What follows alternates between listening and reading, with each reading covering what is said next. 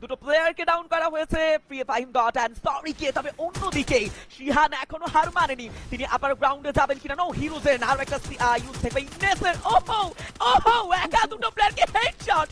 Good by Nova night.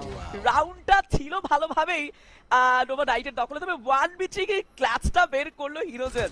O my god, আবার গ্রাউন্ডের benefit নেওয়া আসলে কাকে বলে এই রাউন্ডের দিকে তাকালেই বোঝা যায়। একটা রুফটপ এবং একে একে হিরোজানের উপরে প্রেসার দেওয়া, ক্র্যাকেইনের উপরে প্রেসার দেওয়া, and like good by team Nova Knight. Round তো আর ছাড়ছি না, নিচ্ছি নিজেদের কাছে।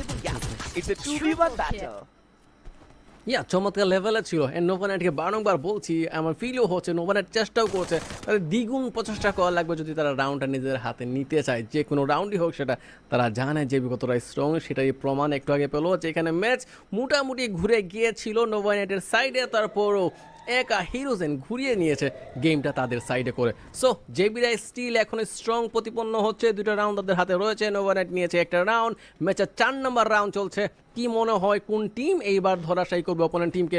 কমেন্ট সেকশনে লিখতে ভুলো না। আপাতত আমরা এনজয় করছি, কোনো ফাইট